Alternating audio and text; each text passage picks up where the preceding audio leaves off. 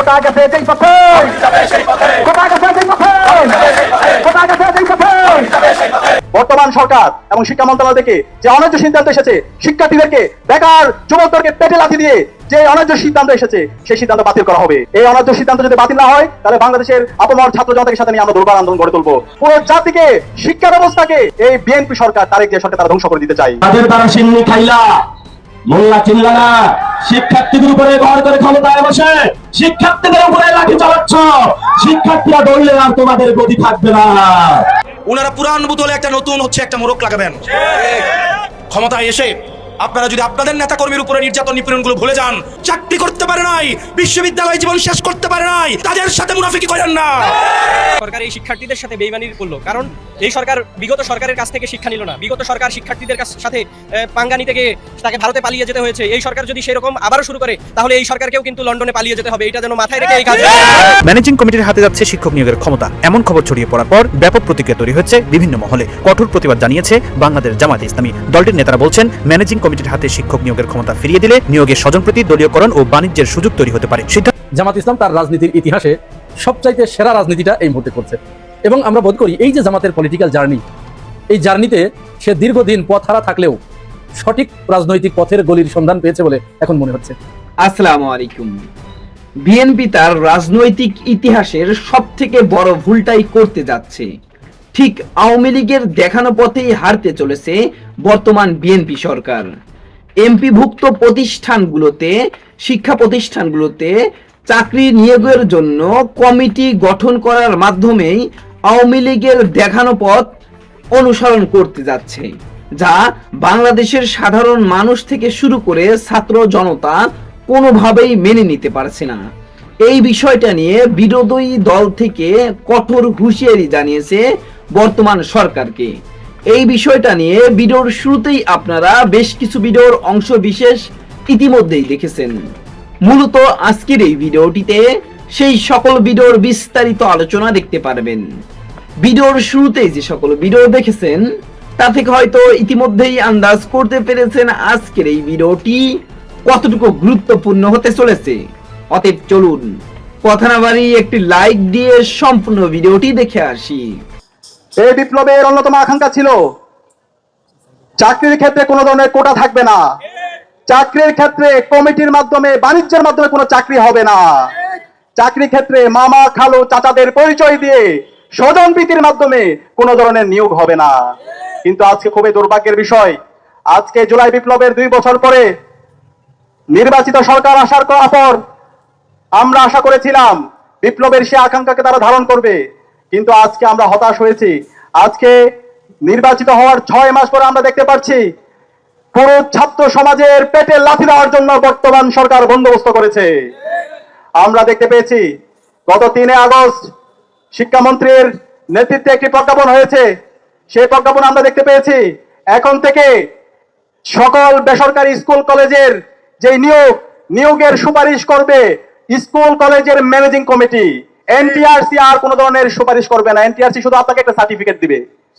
এর মাধ্যম হলো প্রত্যেকটা স্কুল কলেজের ম্যানেজিং কমিটি যারা দায়িত্বে আছে, কারো দায়িত্বে আছে, যারা ইতিপূর্বে টেম্পো স্ট্যান্ডে চাঁদাবাজি করেছে, দখলবাজি করেছে, সেই ছাত্র দল, যুব দল, বিএনপির বিভিন্ন পর্যায়ে নেতৃবৃন্দরা তারা আপনার থেকে টাকা নিবে, লক্ষ লক্ষ টাকা নিয়ে মামা চাচা খালো বিভিন্ন পরিচয়ে ওই স্কুল কলেজগুলোতে নিয়োগ দিবে। এনটিআরসি আর কোন ধরনের সুপারিশ করতে পারবে না। এই একটা জাতির জন্য লজ্জা, পুরো জাতিকে, শিক্ষা ব্যবস্থাকে, মেধাকে এই বিএনপি সরকার, তারেক জিয়া সরকার তারা ধ্বংস করে দিতে চাই। সুতরাং আমাদেরকে আবার জাগ্রত হতে হবে এই অন্যায়ের বিরুদ্ধে, এই অন্যায্য দাবির বিরুদ্ধে, শিক্ষা ব্যবস্থাকে ধ্বংসের বিরুদ্ধে পুরো ছাত্র সমাজকে আবার ঐক্যবদ্ধ হতে হবে। আমরা কি পারবো ইনশাআল্লাহ? আমি বাংলাদেশের ছাত্র সমাজকে এবং সকল নাগরিকদেরকে আহ্বান করব, আমাদেরকে এই অন্যায়ের বিরুদ্ধে, এই শিক্ষা ব্যবস্থাকে ধ্বংসের বিরুদ্ধে, এই দুর্নীতির বিরুদ্ধে আমাদেরকে সবাই ঐক্যবদ্ধভাবে আন্দোলন করতে হবে। আমরা কি পারবো? আমরা বাংলাদেশের সকল কলেজ এবং বিশ্ববিদ্যালয়ের শিক্ষার্থীদেরকে অনুরোধ করব, আপনারা প্রত্যেকটা জায়গায় এই অন্যায্য কমিটি বাণিজ্যের বিরুদ্ধে এবং এই কমিটির মাধ্যমে, বাণিজ্যের মাধ্যমে শিক্ষার্থীদেরকে নিয়োগের বিরুদ্ধে আপনারা প্রতিরোধ গড়ে তুলুন। একই সাথে আমি বর্তমান সরকার, তারেক জিয়া সরকারকে আমরা অনুরোধ করব, আপনারা আমাদের স্লোগান দেখতে পেয়েছি সবার আগে বাংলাদেশ, আমরা এখন দেখতে পাচ্ছি সবার আগে হলো কমিটি। সবার আগে হলো বাণিজ্য, সবার আগে হলো দুর্নীতি, সবার আগে হলো শিক্ষাঙ্গনে সন্ত্রাস, সবার আগে হলো দুর্নীতির মাধ্যমে, এই নিয়োগের মাধ্যমে পুরো শিক্ষা ব্যবস্থাকে কলুষিত করা।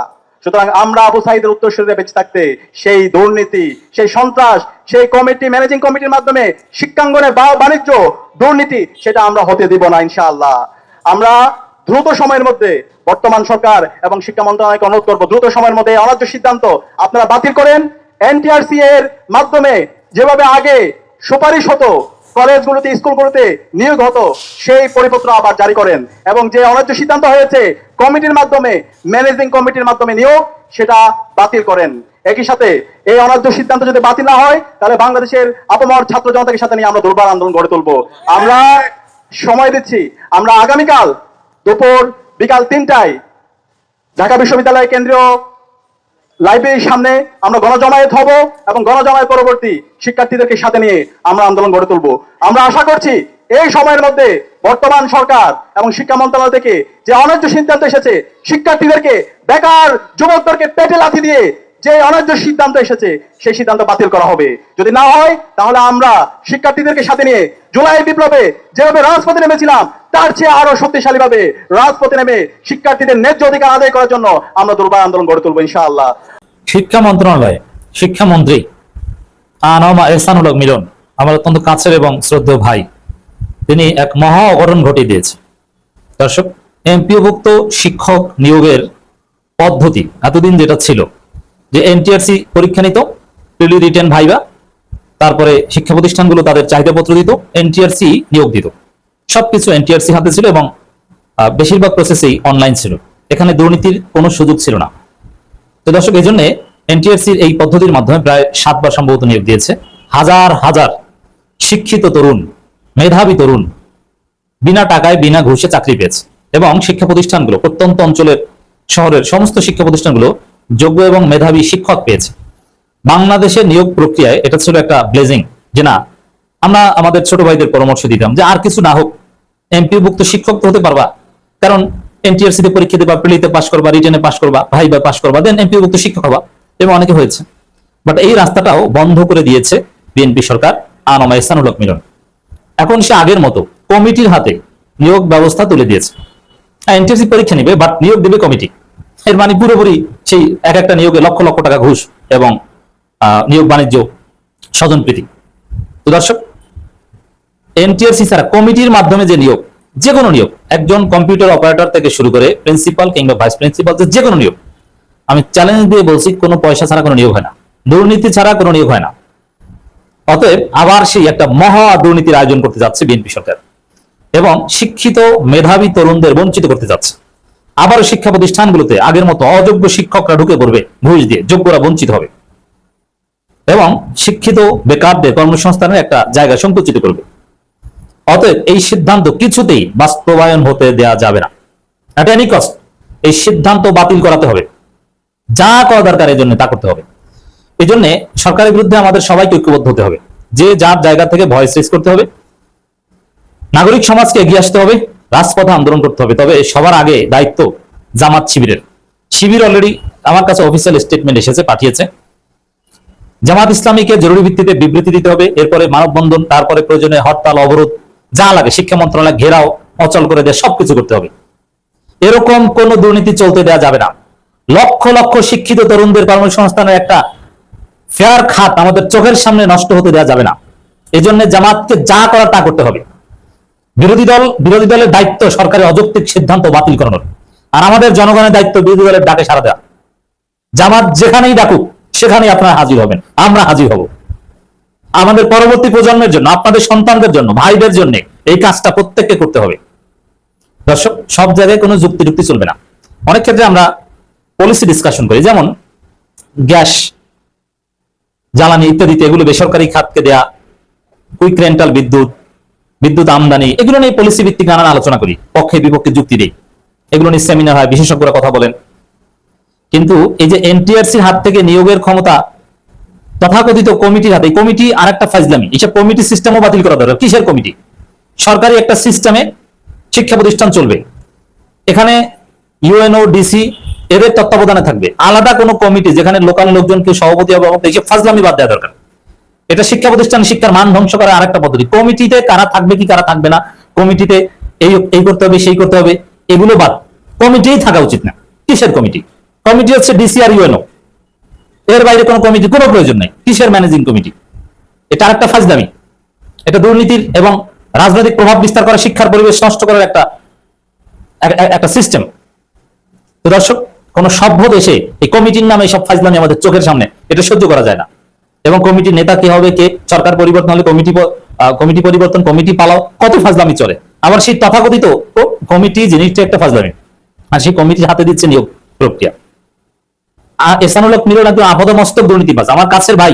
আমার কষ্ট হচ্ছে তার বিরুদ্ধে কথাগুলো বলতে, একসময় একসাথে টকশো করেছি, বাট বলতে হচ্ছে তিনি একজন মহা দুর্নীতিবাজ, দুর্নীতির প্রশ্রয়দাতা। কারণ শিক্ষক নিয়োগ, বিশেষ করে প্রাইমারি শিক্ষক নিয়োগের যে আগে অনলাইন পদ্ধতিতে ট্রান্সফার সিস্টেম ছিল, একটা ডিজিটাল সিস্টেম হতো, এখন যেভাবে আবার কমিটির হাতে দেওয়া হচ্ছে এবং এনটিআরসির নিয়োগ ক্ষমতা কেড়ে নিয়ে কমিটির হাতে দেওয়া হয়েছে, ফাইনাল করা হয়েছে, হাজার কোটি টাকার দুর্নীতি শুরু হবে এর মধ্য দিয়ে। দুর্নীতির সর্বরাজ্যে পরিণত হবে শিক্ষা খাত, এবং জেনে শুনে সেই দুর্নীতিবাজ সিন্ডিকেটদের কাছে মাথা নত করে শিক্ষামন্ত্রী আনামা এহসানুল হক মিলন এই কাজ আবার করেছেন। তো প্রধানমন্ত্রী যদি এই মহা দুর্নীতিবাজ এই মিলনকে সরিয়ে দিতে না পারে, প্রধানমন্ত্রীর কপালে বিপদ আছে। তো দর্শক, কোন যুক্তি অল্টারনেটিভ পলিসি চলবে না। কথা ক্লিয়ার, এক কথা এক দাবি। এটা বিরোধী দল যদি এটা করে দেখাতে পারে, তাদের রাজনীতির সফলতার অন্যতম মানদণ্ড হবে এটা, অন্যতম কারণ হবে এটা। কোন যুক্তি টকশোতে পক্ষে বিপক্ষে কোনো কথা নাই। কথা একটাই, কমিটির হাতে শিক্ষক নিয়োগের ক্ষমতা দেওয়া যাবে না। আগে যেরকম এনটিআরসির হাতে ছিল ওরকম থাকতে হবে। তবে হ্যাঁ, ওখানে যদি কোনো পদ্ধতিগত ত্রুটি বা জটিলতা, ডিলের কোনো সিস্টেম, অথবা দূরের লোক এক জায়গা থেকে আরেক জায়গা, এক জেলার শিক্ষক আরেক জায়গায় নিয়োগ, এরকম কোনো সমস্যা তৈরি হয়ে থাকে, এটা অটোমেশনের মাধ্যমে সমাধান করতে হবে। বাট কমিটির হাতে কোনো নিয়োগ দেওয়া যাবে না। আর এই কমিটির সিস্টেমটাই বাতিল করতে হবে। সরকারি নিয়ন্ত্রণ কর্তৃপক্ষ ছাড়া কোনো কমিটি থাকতে পারবে না। তবে একদম বেসরকারি, এটা এমপিওভুক্ত শিক্ষা প্রতিষ্ঠান কথা বলছি, যাদের বেতন সরকার দেয়। আর একদম প্রাইভেট যেগুলো ট্রাস্টের মাধ্যমে, সেটা যে যারা করবে কিংবা যে ট্রাস্ট প্রতিষ্ঠান চালাবে তাদের ব্যাপার, তাও একটা সরকারি নীতিমালার মধ্যে অবশ্যই থাকবে। কিন্তু এমপিওভুক্ত শিক্ষা প্রতিষ্ঠান এইসব কমিটি খেলা বাদ দিতে হবে। বাংলাদেশের শিক্ষা প্রতিষ্ঠান বলতে বেসিক্যালি এমপিওভুক্ত শিক্ষা প্রতিষ্ঠান। গ্রামগঞ্জে যত শিক্ষা প্রতিষ্ঠান, আমাদের ছেলেরা মেয়েরা আত্মীয় স্বজন বা আমরা পড়াশোনা করেছি, সব এমপিওভুক্ত শিক্ষা প্রতিষ্ঠানে। এই জন্য কথা হচ্ছে এমপিওভুক্ত শিক্ষা প্রতিষ্ঠান নিয়ে। আর শহরের কিছু উন্নত প্রতিষ্ঠান আছে ট্রাস্টের, যেমন নটরডেম, তামিল মিল্লাত ইত্যাদি ইত্যাদি, ওটার হিসাব আলাদা। ট্রাস্টের জন্য আলাদা ট্রাস্ট আইন আছে, ইকুইটি অ্যান্ড ট্রাস্ট আইন আছে। সেখানে কারা ট্রাস্টি হবে, ট্রাস্টের সম্পত্তি কাদের তত্ত্বাবধানে থাকবে, এটা সুনির্দিষ্ট আইন আছে। দর্শক, এই কমিটি এবং কমিটি নামে ফাজলামি বন্ধ করতে হবে। অনতিবিলম্বে জামাত শিবিরকে রাজপথে কর্মসূচি দিতে হবে। যে কোনো মূল্যে সরকারের এই সিদ্ধান্ত বাতিল করাতে হবে। শিক্ষা মন্ত্রণালয় ঘেরাও কর্মসূচি দেন, সচিবালয় ঘেরাও কর্মসূচি দেন, শাহবাগ অবরোধ করে ফেলেন। সারা বাংলাদেশের লক্ষ লক্ষ শিক্ষিত যুবক এখানে অংশগ্রহণ করবে। কোটা আন্দোলনের চাইতে ভয়াবহ রূপ লাভ করবে, আমি বলে দিই। আমি আশা করছি সম্পূর্ণ ভিডিওটি দেখেছেন এবং এই ভিডিওর সাপেক্ষে আপনার কি মতামত সেটা অবশ্যই কমেন্ট বক্সে জানিয়ে যাবেন। ভিডিওটি ভালো লেগে থাকলে শেয়ার করতে ভুলবেন না। আমাদের এই চ্যানেলে নতুন হয়ে থাকলে চ্যানেলটি সাবস্ক্রাইব করে চ্যানেলের পাশে থাকবেন।